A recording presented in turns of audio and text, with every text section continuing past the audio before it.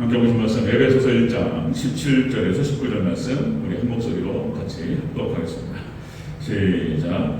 우리 주 예수 그리스도의 하나님 영광의 아버지께서 지혜와 계시의 영을 너희에게 주사 하나님을 알게 하시고 너희 마음의 눈을 밝히사 그의 부르심의 소망이 무엇이며 성도 안에서 그 기업의 영광의 풍성함이 무엇이며 그의 힘의 위력으로 역사하심을 따라 믿는 우리에게 베푸신 능력의 지극히 크심이 어떠한 것을 너희로 알게 하시기를 구하노라. 아멘. 네, 인사하겠습니다. 아버지 예수님, 예수님의 은혜와 평강이 넘치시기를 축원합니다. 네, 그중 면접 끝나고 추워서 어려운데 감기 조심하시죠. 저도 컨디션 나쁘지 않은데 목이 좀 잠겨서 죄송하고요. 오늘 함께 읽으신 에베소 1장 17절 19절 말씀 오늘 본문을 토대로 지난주에 이어서 에베소 교회를 위한 바울의 기도 내용이라는 책으로 말씀 받도록 하겠습니다. 다시 한번 따라하겠습니다. 에베소 교회를 위한 바울의 기도 내용, 바울의 기도 내용 17절에서 19절까지 가서 7개의 대지가 나와요. 그래서 이걸 좀 자세히 다뤄야 되겠다 생각해서 단어 하나하나 잘 이렇게 살펴가면서 자세히 살펴보도록 하겠습니다. 자, 지금 사도 바울은 교회를 통한 구원의 계획, 하나님께서 교회를 통해서 구원하신다. 자, 그렇게 지금 이 교회론을 얘기하고 있습니다. 에베소서 전체가 교회론을 얘기하고 있고요. 교회가 무엇인가, 교회에 대한 지식들을 지금 선포하고 있습니다. 성도를 구원하시기 위해서 하나님께 놀라운 구원의 계획을 세우셨고 인도하셨다. 그래서 지금 에베소 교회를 위해서 지금 사도 바울이 기도하고 있습니다. 성도를 위해서 기도할 때 주의 종 목사가 또 사도 바울이 지금 어떤 기도를 하고 있는가? 기도할 때 지난주에도 말씀드렸지만 여러분들의 건강을 위해서, 그리고 가정의 화목을 위해서, 그리고 생업을 위해서, 그리고 자손들의 번창과 자손들을 지키시기를 기도하는 것이죠. 자, 그런데 이것도 기도하는 것이지만 신앙 안에서 본질적으로 더 중요한 것들이 있다는 것입니다. 그래서 사도 바울이 에베소 교회를 위해서 이 내용들을 지금 기도하고 있다는 것입니다. 우리가 지난주에 살펴봤지만 확인하고 바로 들어가도록 하겠습니다. 지금 사도 바울이 에베소 교회를 위해서 기도하고 있는 그 내용 첫 번째는 하나님 이들에게 지혜를 주옵소서. 하나님 말씀을 깨닫게 하옵소서. 가장 본질적인 하나님. 그리고 두 번째, 계시의 영을 이들에게 허락하셔서 하나님 깨닫게 하옵소서. 성령 주시기를 기도하고 있습니다.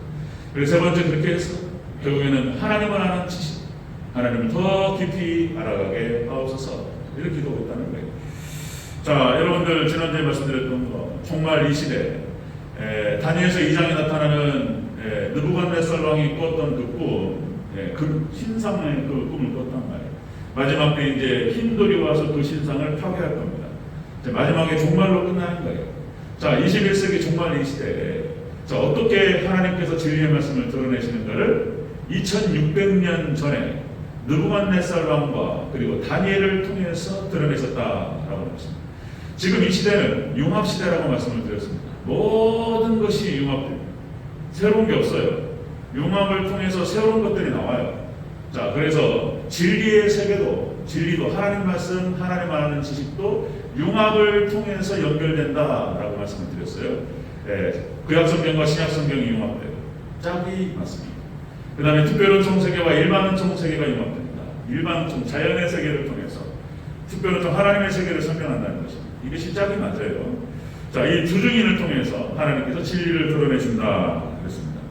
그래서 칼바르트라고 하는 신학자가 설파했던 그 신학의 내용은 잘못된 것이었어요. 그러나 그가 했던 말 중에서 일리가 있는 말 하나는 뭐냐면 한 손에는 성경, 한 손에는 신문 이런 표현을 썼어요. 그래서 성경과 일반 총세계를 넘나들면서 진리의 세계를 드러내는 것이 맞는 거예요. 이 표현은 맞는 거예요. 이 표현은. 그래서 우리 대전적교회가 그렇게 해서 쭉 진리의 세계들을 드러낼 것입니다. 여러분들 저도 그렇게 기도할 텐데 성령께서 지혜와 계시의 영을 주시고 하나님을 알게 하시는 그 지식에 이르는 우리 성도들 되시기를 축원합니다. 자, 네 번째로 오늘 연결시켜서 들어가도록 하겠습니다. 에베소 교회를 위한 바울의 기도 내용 네 번째는 너희의 마음의 눈을 밝히시기를 원한다. 이렇게 기도하고 있어요. 마음의 눈을 밝히시기를 원한다. 18절 다시 한번 읽겠습니다. 18절 시작. 너희 마음의 눈을 밝히사 그의 부르심의 소망이 무엇이며 성도 안에서 그 기업의 영광의 풍성함이 무엇이며. 아멘.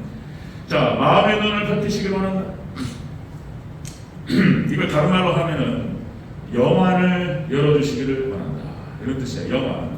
마음의 눈이라는 표현을 썼어요. 이게 굉장히 문학적인 표현이에요. 마음이 무슨 눈이 있는 게 아니잖아요. 마음의 눈을 밝히시기를 원한다. 이 마음이 영안이 열렸다. 마음의 눈이 열렸다라고 했을 때 어떤 환상이 보인다. 이것도 되겠지만은 마음의 눈은 영안이 열려서 하나님의 세계와 진리의 세계들이 열려지는 것, 보여지는 것을 말하는 거예요.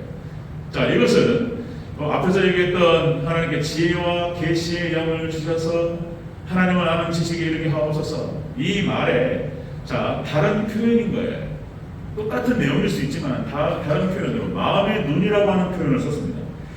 자, 마음의 눈이라고 하는 것은 그죠? 마음의 눈, 마음에 무슨 눈이 있는 것이 아닌데 우리가 생각하는 것, 의식하는 것, 그리고 인식하는 것, 어떤 보는 것, 관점이라는 표현을 쓰는 건데 이것을 과거에 헬라 시대 때 철학자들이 시각이라고 하는 표현을 썼어요. 무엇을 본다라고 하는 거예요. 눈이 열렸다 이런 표현을 쓰는 거예요. 그래서 의식의 세계가 깨달아졌다 이런 뜻이에요. 자, 무엇이 지금 인식되었고 전혀 몰랐는데 깨닫지는 못했는데 툭하했는데 뭐가 인식되고 깨달아지면서 보이는 거예요. 이제 이렇게 이런 표현을 썼어요. 여러분들 나의 문화유산 답사기 유홍준 교수 정말 우리 한국의 아주 그 베스트셀러 너무나 좋은 책입니다. 저도 그 책을 다 읽지는 못했는데 한 권 읽고 두 권 읽고 기가 막히게 좋다. 그러니까 이게 이제 전혀 다른 사람은 못 보는 것을 유홍준 교수는 보는 거예요. 그러니까 이제 우리나라 문화유산을 답사하면서 거기에 어떤 역사와 거기에 얽힌 사연과 그리고 이야기들을 쭉 풀어내요. 그러면 전혀 나하고 상관없던 그런 문화유산 돌덩어리 하나 어디 지역을 갔는데 어떤 돌이 이렇게 있는 거예요. 이 돌에 관련된 이야기와 사연들을 몇백 년 걸쳐 있는 그런 이야기를 쭉 풀어내요. 그러면 그 돌에 대해서 생명력이 불어넣어져요. 이야, 그렇구나. 달리 보인단 말이에요. 그러니까 어떤 활력을 불어넣고 생명력을 불어넣고 그 이야기 속에서 그런 일이 벌어진다는 것입니다. 자, 이렇게 지금 에베소 교회를 위해서 지금 사도 바울이 기도하면서 하나님 깨닫게 하옵소서. 하나님 에베소 교회가 영안이 열려지고 마음의 눈이 열려지기를 하나님 기도합니다. 이렇게 기도하고 있는 거예요. 자, 여러분들 구약 성경에 보면은 구약 성경, 신약 성경에 자, 여러분들 교회의 리더, 직분자들의 조건이 무엇이었냐면 이거예요. 직분자들의 조건, 교회를 앞에서 끌어가는 사람들의 조건, 그 사람들의 자격 조건이 무엇이냐면 영안이 열리는 거예요. 말씀을 깨닫고 지혜가 있는 사람을 말하는 거예요. 자, 출애굽기 18장 21절 이렇게 표현합니다. 지금 광야에서 모세의 장인 이드로의 충고를 받아서 자, 이렇게 충고하죠. 너는 온 백성 가운데 능력 있는 사람들, 곧 하나님을 두려워하며 하나님을 경외하는 거예요. 직분자의 조건 첫 번째가 하나님을 경외하는 거죠. 자, 진실하며 불의한 이익을 미워하는 자를 살펴서 백성 위에 세워 천부장과 백부장과 오십부장과 십부장을 세워. 자, 그리고 네가 다 일처리를 하지 말고 그들에게 위탁하고 그들과 함께하고.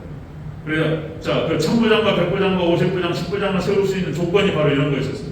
하나님을 경외하고 그리고 진실하고 불의한 이익을 탐하지 않으려.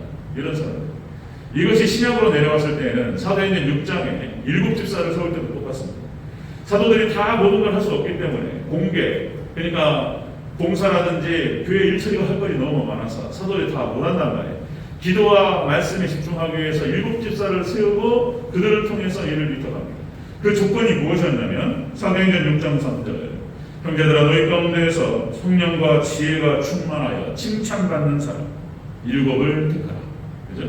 성령이 충만하고 지혜가 충만한 사람, 이게 조건인 거예요. 자, 우리가 이 일을 그들에게 맡기고, 그리고 이제 사도들이 말씀과 기도에 집중했을 때 교회 모든 문제가 사라졌다는 것입니다. 그 앞에서 1장과 2장이 난리가 나버려 초대교회가 사람이 급격하게 많아지니까 할 일이 많아져가지고 여기에 집중하다 보니까 말씀과 기도에 집중하지 못했단 말이에요. 그러니까 교회가 많이 문제가 생기고 다투고 갈등이 일어나고 무엇이 어떻네 뭐 어디 헬라파 히브리파가 어떻네 뭐 갈라지고 막 싸웠단 말이에요. 근데 7 집사가 사도들을 딱 서포트하면서 모든 문제가 사라졌다. 자, 그 다음에 신명기 1장 8절에서 하나님께서 이스라엘 백성들에게 수령들, 대표자들을 세울 때 조건입니다. 너희의 각 지파에서 지혜와 지식이 있는 인정받는 자들, 칭찬받고 인정받는 자들. 자, 지혜와 지식을 통해서 인정받는 자들을 택하라. 내가 그들을 세워 너희의 수령으로 삼으리라. 이런 거였어요. 자, 쭉 말씀드렸던 것처럼 자, 신앙 공동체, 교회의 리더가 되는 사람들, 직분자가 되는 사람들은 바로 이런 조건을 가지고 있어야 된다. 다시 말씀드리면 하나님을 경외하고 진실하며 불의한 이익을 탐하지 아니하고 그리고 성령과 지혜가 충만하고 그렇죠? 지식이 충만하고 여기에 칭찬받고 인정받는 사람, 이런 사람 택하라. 자, 어떤 학자는 그렇게 표현합니다. 여러분들 믿음이라고 하는 것이 어디 있는가? 믿음을 얘기할 때 뇌회로라고 표현하는 얘기도 해요. 이게 과학과 연결시켜서 표현하는 건데 뇌회로가 사람이 마음이 어디냐 말이에요. 마음이 어디 있고 믿음이 어디 있냐 말이에요. 마음이 가슴에 있나 배에 있나 어디 있나 어디 간 옆에 붙어있나 심장에 있나 어디 있냐 말이에요. 뇌에 있다는 거예요. 뇌에. 그래 뇌회로가 확장되면서 그 사람이 인식하는 것이 그 사람이 생각하는 것 그 사람이 가지고 있는 지식이 그게 믿음이라는 거예요. 그게 뇌회로가 뭐가 깔려있냔 말이에요. 지금 로마서 10장 17절 말씀을 근거로 해서 이런 얘기하는 것입니다. 믿음은 들음에서 나며 들음은 그리스도의 말씀으로 말미암느니라. 그리스도의 말씀을 통해서 말씀이 회로에 깔려있으면 그 회로가 믿음을 준다는 거예요. 그게 믿음이에요. 믿음이 좋냐 나쁘냐라고 했을 때 그 깨달음의 말씀이 많이 있는 사람이 믿음이 좋은 거예요. 말씀 많이 깨닫는 거 이렇게 표현한단 말이죠. 그래서 제가 이제 신학교 때 그런 표현을 많이 썼는데 세계관이라는 표현. 세계관이 영어로 번역하면 뷰입니다. 뷰라고 하는 것이 W-I-E-W, V-I-E-W, 뷰라고 하는 건데 이게 본다는 뜻이에요. 어떤 관점. 그래서 성경적인 세계관으로 본다는 거예요. 세계를. 이게 성경적 세계관 이런 표현을 많이 쓰는데 그래서 제가 지금 말씀을 통해서 하나님의 말씀을 드러내면서 말씀을 풀어내면서 성경적 세계관으로 여러분을 이끌어가는 거예요. 이렇게 생각하셔야 됩니다. 이게 맞습니다. 이게 성경적인 것입니다. 이렇게 표현하는 거예요. 성경적 세계관, 이건 뷰라고 하는 거예요. 본다는 뜻입니다. 시각. 자, 여러분들 21세기 저널리즘은 끝났다 이런 표현을 써요. 그러니까 지금 여러분들 인터넷 시대입니다. 유튜브 시대고 네이버에 때리면 바로 떠요. 그리고 여러분들 기본적인 그날 하루에 어떤 사건 사고와 수많은 뉴스들이 쫙 떠요. 그러니까 이제 신문이 의미가 있냐 말이에요. 신문이. 왜냐하면 신문을 하루를 지나야 돼요. 아무리 빨라도 신문 기사를 작성해가지고 신문이 다음날 나오잖아요. 그런데 실시간으로 떠버리면 돼요. 유튜브에서 바로바로 나와요. 신문을 볼 필요가 있냐? 뉴스를 볼 필요가 있냐? 뉴스가 다 나오는데. 그래서 여러분들 뉴욕대에 있는 스티븐슨 교수가 이런 표현을 씁니다. 21세기의 저널리즘은 관점으로 승부한다는 거예요. 이게 팩트는 사실은 다 알아요. 이제 실시간으로 다 알아요.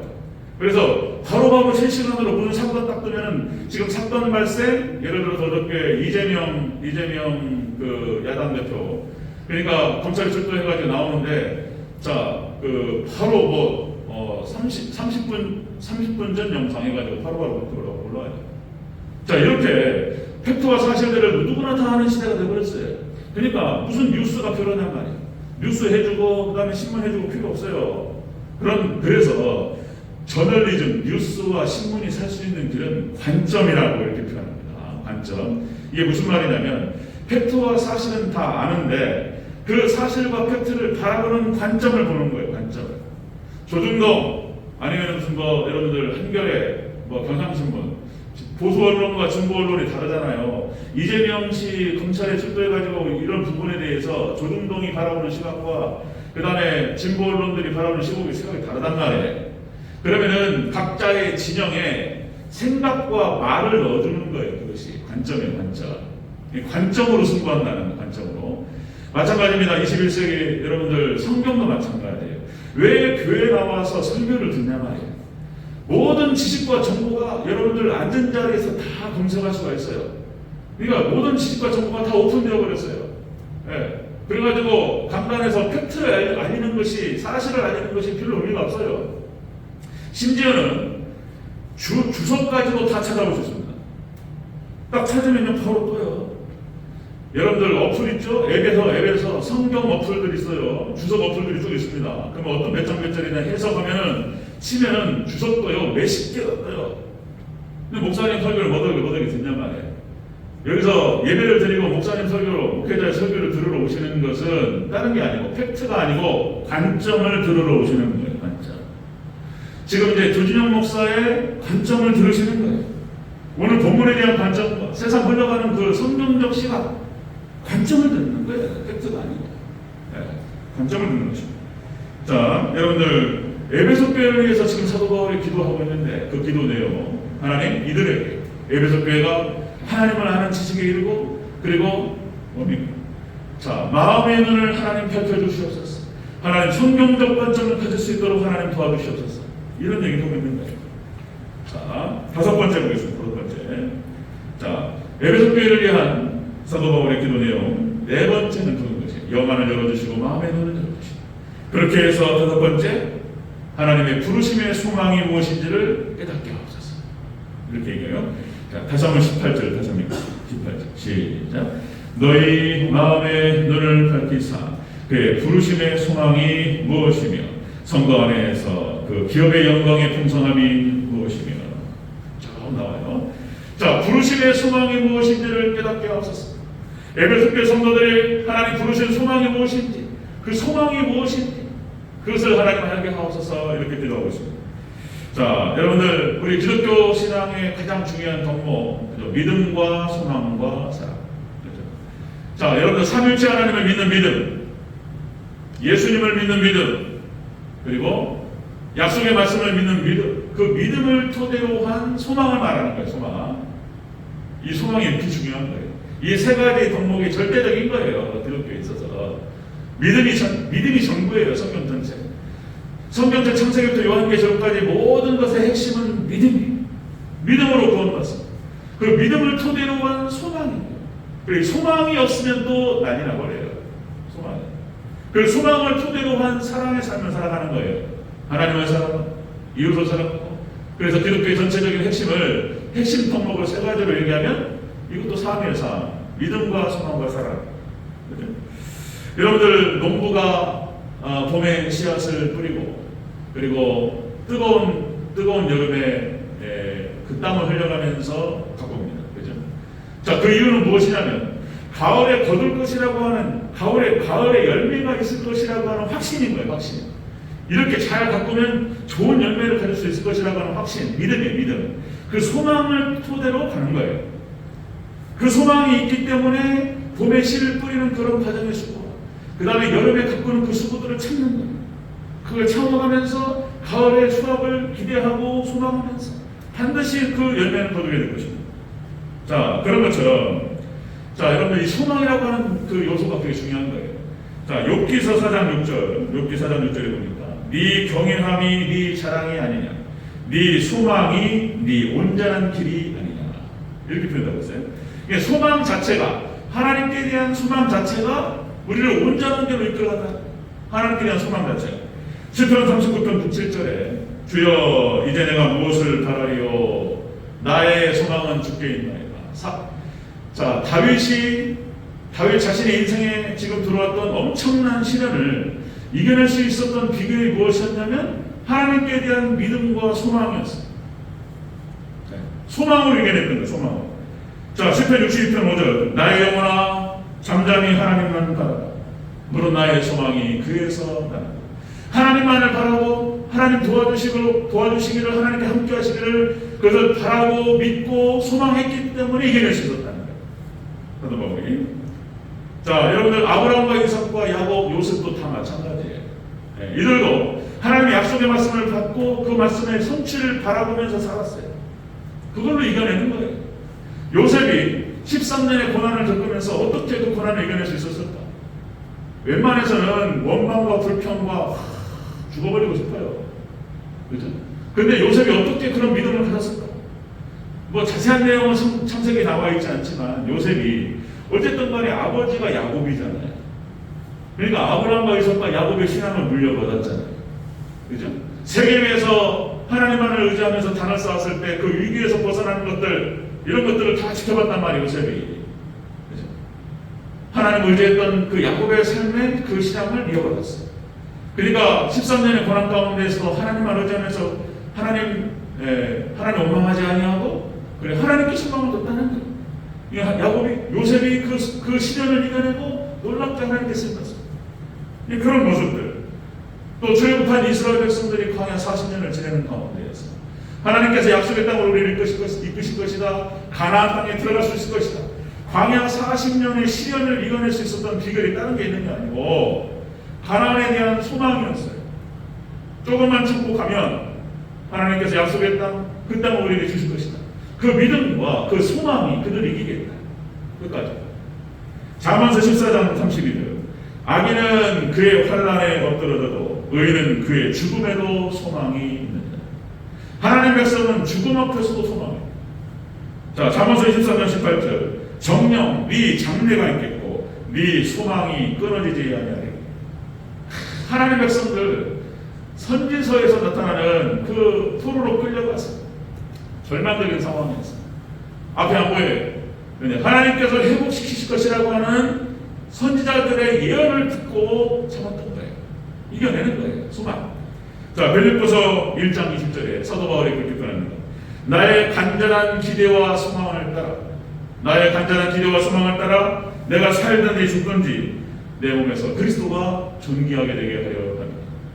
사도 바울이 가지고 있었던 그 기대와 소망, 그죠? 하나님 바라면서 하나님만을 의지한다. 그러니까 여러분들 에베소 교회를 위해서 사도 바울은 그렇게 기도하는 거예요. 하나님 이들에게 마음의 눈을 열어주시옵소서. 그리고 하나님 부르심에 대한 소망이 무엇인지를 하나님 깨닫게 해주옵소서. 이렇게 기도하고, 여러분 사람이라고 하는 존재, 인간이라고 하는 존재가 그렇습니다. 하나님께서 창조하셨어요. 대체 하나님이 천지를 창조하셨고 사람을 만드셨어요. 그리고 사람을 창조하신 그 목적은 나에게 영광을 돌리기 위해서, 나를 찬송하게 하기 위해서 하나님과의 관계성 속에서 인간을 창조하셨어요. 이 사람의 본질인 거예요, 그것이. 우리의 삶의 본질이 그것이고 삶의 목적이 그것이고. 그런데 사람이 하나님을 떠나고 하나님을 잃어버리면 방황하는 거예요. 어두워져요. 사람이라고 하는 존재가 그러니까 흑암으로 빠져버려요. 혼돈과 공허 가운데 헤매다가 탕자같이 되어버리는 거예요. 혼돈과 공허가 들어오고 빛이 사라지니까 흑암으로 들어간다. 여러 번 말씀드렸어요. 네. 그렇게 빠져요. 방황하다가 하나님 잃어버리면 방황하는 거예요. 자, 전도서 핵심이 뭐라고 말씀드렸죠? 솔로몬이 그렇게 표현한단 말이죠. 헛되고 헛되니 모든 것이 헛되다. 그러니까 1장부터 8장까지 다 헛되다는 얘기만 하고 있어요. 지금 전도서에서 그 말은 하나님 없는 인생이 헛되다 말씀드렸죠. 하나님 없는 인생이 헛되고 혼돈스럽고 공허하고 흑암 가운데 헤매는 거예요. 여러분들, 그래서 복음이 들어가지 않은 국가와 복음이 들어가지 않은 사람들은 절망 가운데 들어갑니다. 복음이 없는 사람은 하나님을 만난 적이 없고 빛을 만난 적이 없어요. 그러면은 어떤 일이 벌어지냐면 절망에 떨어지고 미쳐버려요. 이게 어떻게 해야 할지를 모르는 거예요. 어떻게 살아갈지를 모르겠고 인생의 의미를 모르고 허무주의에 빠지는 거예요. 허무주의에 빠지고 그러다가 때로는 용기 있는 친구들은 죽어요. 자살해버려요. 그리고 극단적으로 흘러버립니다. 하나님을 잃어버린 사람들의 행동이 그래요. 자, 여러분들 최희준 씨의 하숙생이라는 노래 아시죠? 이런 노래에 굉장한 허무주의가 깔려 있어요. 인생은 나그네 어디서 왔다 어디로 가는가 미련이나 투지 말라. 막 노래에 막 허무주의. 그거 막 술 한잔 하면서 막 울면서 부르고 그러죠, 여러분들. 하나님 모르는 사람, 예수님 모르는 사람, 신앙이 없는 사람. 그 다음에 여러분들 남진의 빈잔이라는 노래 아십니까? 저도 이 노래 어떻게 기억하는지 모르겠어요. 남진의 빈잔. 어차피 인생은 빈술잔 들고 취하는 거. 이러죠. 아하 말했어. 그 노래 부르면서 여러분들 인생이 빈술잔 들고 취하는 겁니까? 그 막 고생하던 시절에 70년대 80년대 남진의 노래 이런 거 최희준의 하숙사 이런 거 부르면서 막 술 한잔 먹으면서 뭐 이러더니 깊은 허무주의가 깔려있죠. 여러분들 2000년 역사 가운데 수많은 철학자들이 하나님이 없는 상태에서 하나님을 모르는 상태에서 인생의 의미를 찾아요. 못 찾아요. 인생의 의미가. 인생의 의미를 부여하는데 부여할 수가 없어요. 정답이 아니에요. 그러니까 어떻게 할지를 모르는 거예요. 그리고 결국에는 염세주를 빠져요. 철학자들이. 염세주를 빠져 자살해버려 그냥. 나의 삶의 고통을 끝내는 비결은 죽는 것이다. 그죠? 쇼펜하우 죽어라! 쇼펜하우 염세주의 철학자. 그래가지고 쇼펜하우의 책을 읽으면서 수많은 젊은이들이 자살했어요. 그런데 쇼펜하우는 정작 그 책을 팔아가지고 80이 넘을 때까지 살았어요. 나쁜 사람이에요. 그죠? 술을 누리면서 살았어요. 그 책 팔아가지고 돈 벌어가지고 쇼펜하우. 여러분들 유튜브 보다 보니까 이게 하나 떠가지고 지존파 김현양 이게 하나 떠가지고 마음이 찡했어요. 이 지존파라고 1990년대 기억나십니까? 그러니까 이 젊은 친구들이 20대 초반 중반이에요. 이 젊은 친구들이 공부도 잘했더라고요. 이 지존파 사건을 잘 보니까 6명이 딱 그룹을 이루었어요. 그러니까 열심히 살아보려고 했어요. 그 중에 이제 거기 리더급 되는 친구는 전체 5등까지 했더라고요. 성적이. 공부도 열심히 하고 잘 살아보려고 했어요. 근데 안 되는 거예요. 이게 어린 나이에, 젊은 나이에 20대 초반 중반이면 얼마나 어려요. 어떤 어른이 집안의 어른이 부모님이 됐던 집안의 어떤 어른이 그 아이들을 잘 끌어줬더라면 그렇게 되지 않았을 거예요. 이 아이들이 사회에서 살아보려고 노력하다가 좌절을 한 거예요. 좌절. 그러니까 돈을 벌어서 노가다를 했는데 돈을 안 주는 거예요. 어떻게든 받아보려고 했는데 받을 길이 없는 거예요. 미쳐버리는 거예요. 돌아버리는 거예요. 그리고는 서울에서 보니까 자기들은 돈백만 원 벌기가 어려워요. 한 달에. 근데 몇백만 원 하루에 몇백만 원 쓰고 돌아다니는 사람들이 이렇게 많은 거예요. 왜 돌아버렸냐? 돌아버렸어요. 그냥. 절망해버린 거예요. 절망, 좌절. 이 먹같은 세상. 이렇게 살아봐야 뭐가 있냐 말이에요.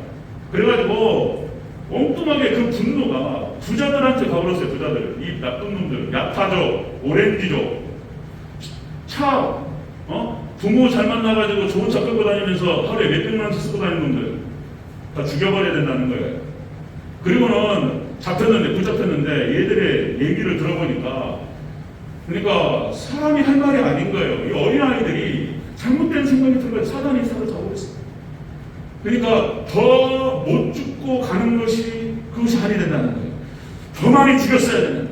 이놈의 신비들을 잡아가지고 다 이게 지존파 아이들이 좌절해버렸어요. 인생에. 그리고는 사람을 죽이는데 제가 입에 담을 수 없는 토막내가 막 그 분노가.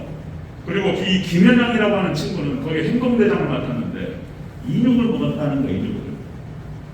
그러니까 이거는 도저히 있을 수 없다. 그리고 재판 과정에서 전혀 반성의 기미가 안 납니다. 사형 있습니다. 사형 때리고 6명 다 사형 당했습니다. 그때 사형 당할 때 사형 때 한 친구가 그런 표현을 써요. 아니 왜 전두환과 노태우는 무죄인데 왜 우리는 사형이냐 말이에요. 그죠? 세상에 대한 원망과 저주가 쏟아오면서 사형 당했습니다. 그런데 이 김현양이라고 하는 친구가 사형 당하기 5분 전에 최우진수 마지막 유언에 이런 표현을 썼어요. 이런 표현. 유튜브에 나옵니다. 보신 분도 계실 거예요. 이런 표현을 썼어요. 6개월 만에 사형당했는데 이 6개월 동안 감옥에 교도소 사역을 하시는 분들이 계세요. 죄수들을 대상으로 가끔 목회자들도 거기 교도소 가서 예배도 드리고 또 설교도 하고 이렇게 이제 하는데 6개월 동안 무슨 일이 벌어졌는지 이 김현환이라고 하는 친구가 예수님을 만났어요. 예수를 만나고 그리고 예수를 믿게 된 거예요. 그리고 자 사형 집행하기 5분 전에 유언으로 이런 말을 남겼습니다. 피해자 가족에게 용서를 빕니다. 나는 큰 죄를 지었고 죄인의 몸으로 이곳에 있지만 그리고 내가 모든 것을 잃었다 할지라도 나는 예수님을 믿고 구원을 얻게 되어 기쁩니다. 그리고 여러분도 예수님 믿고 천국에서 만나기를 바랍니다. 이게 최후 진술이었습니다. 그리고 405장을 찬양하고 하나님 감사합니다. 할렐루야 이렇게 하고 숨을 거뒀습니다. 405장 주의 친절한 발해하는 계세 우리 마음이 평안하리니 항상 기쁘고 복이 되겠네 영원하신 발해 405장 찬양하고 그리고 사형 집행하겠습니다. 그 어린 친구들이 좀 더 일찍 좋은 어른 만나서 아니면 좋은 친구를 만났다든지 복음을 듣고 복음을 인식했더라 이렇게 막 가지는 않았을 거예요. 돌아버려요. 빛이 없으면 이렇게 혼돈과 공허 가운데 그 가운데로 돌아 미쳐버려요. 이거는 전 세계적인 현상입니다. 복음이 없는 곳에 혐오주의가 흐르면서 죽어요. 그런데 복음만이 예수님만의 살 길인 줄 믿습니다. 사도 바울이 에베소 교회를 위해서 그렇게 기도하고 있습니다. 하나님 이들에게 마음의 눈을 열어주시옵소서. 그리고 부르심의 소망이 무엇인지 하나님 깨닫게 하옵소서. 여러분들 마음의 눈이 밝혀지시길 원하고 그리고 하나님 부르신 소망이 무엇인지 더 깊이 깨닫게 되는 우리 성도님들 되시기를 주의 이름으로 축원합니다. 기도하겠습니다.